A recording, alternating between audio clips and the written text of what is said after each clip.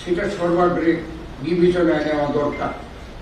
এছাড়াও এমন জাতীয় গুরুত্বপূর্ণ ও দীর্ঘমেয়াদী নীতি নির্ধারণী কোনো সিদ্ধান্ত নেওয়ার এখতিয়ার অন্তর্বর্তীকালীন সরকারের, অস্থায়ী সরকারের আছে বলে এদেশের মানুষ মনে করে না। দেশের নিরাপত্তা ও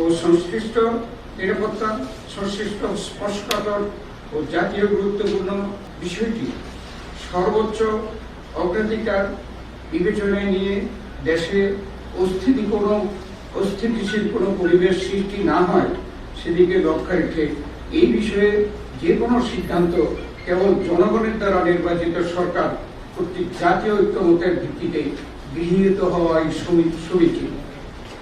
সাংবাদিক ভাই বোনেরা, অন্তর্বর্তী সরকারের যে সমস্ত উপদেষ্টাগণ একটি নূতন রাজনৈতিক দলের সাথে প্রত্যক্ষ ও পরোক্ষভাবে জড়িত বলে সবাই জানে ও বুঝে, উপদেষ্টা পরিষদে তাদের উপস্থিতি সরকারের নির্দলীয় নিরপেক্ষ পরিচিতিকে ক্রমাগত প্রশ্নবিদ্ধ করে চলেছে বলেই সরকারের ভাবমূর্তি রক্ষার্থে তাদেরকে অব্যাহতি দেওয়া প্রয়োজন। জাতীয় নিরাপত্তা উপদেষ্টা গতকালের বক্তব্য আবারও নতুন বিতর্কের জন্ম দিয়েছে। সরকারের ভাবমূর্তি রক্ষার্থে তাকেও অব্যাহতি দেওয়া প্রয়োজন হবে। ফেসিবাদের দোসর কয়েকজন উপদেষ্টাকে সরিয়ে দেওয়ার দাবি আমরা ইতিপূর্বে অনেকবার উত্থাপন করেছি।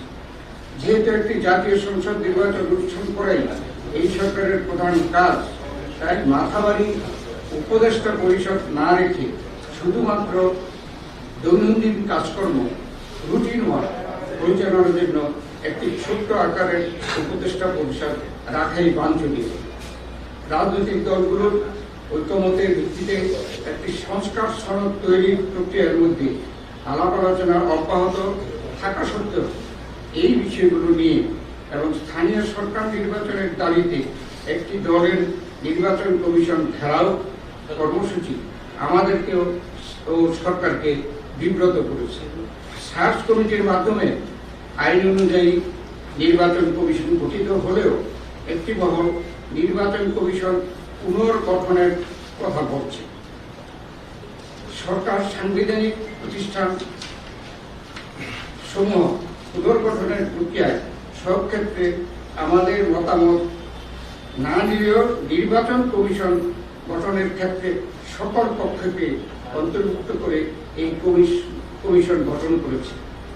কিন্তু ঢাকা দক্ষিণ সিটি কর্পোরেশনের মেয়র সংক্রান্ত বিষয়ে আদালতের রায় অনুযায়ী গেজেট নোটিফিকেশন করায় নির্বাচন কমিশনকে অন্যায় অযৌক্তিকভাবে প্রশ্নবিদ্ধ করা হচ্ছে। আইনের শাসন প্রতিষ্ঠার জন্যই দেশের জনগণ রক্ত দিয়ে গণ অভ্যুত্থান করেছে। সুতরাং আমাদের আইনের শাসন প্রতিষ্ঠায় দৃঢ় সংকল্পবদ্ধ থাকতে হবে।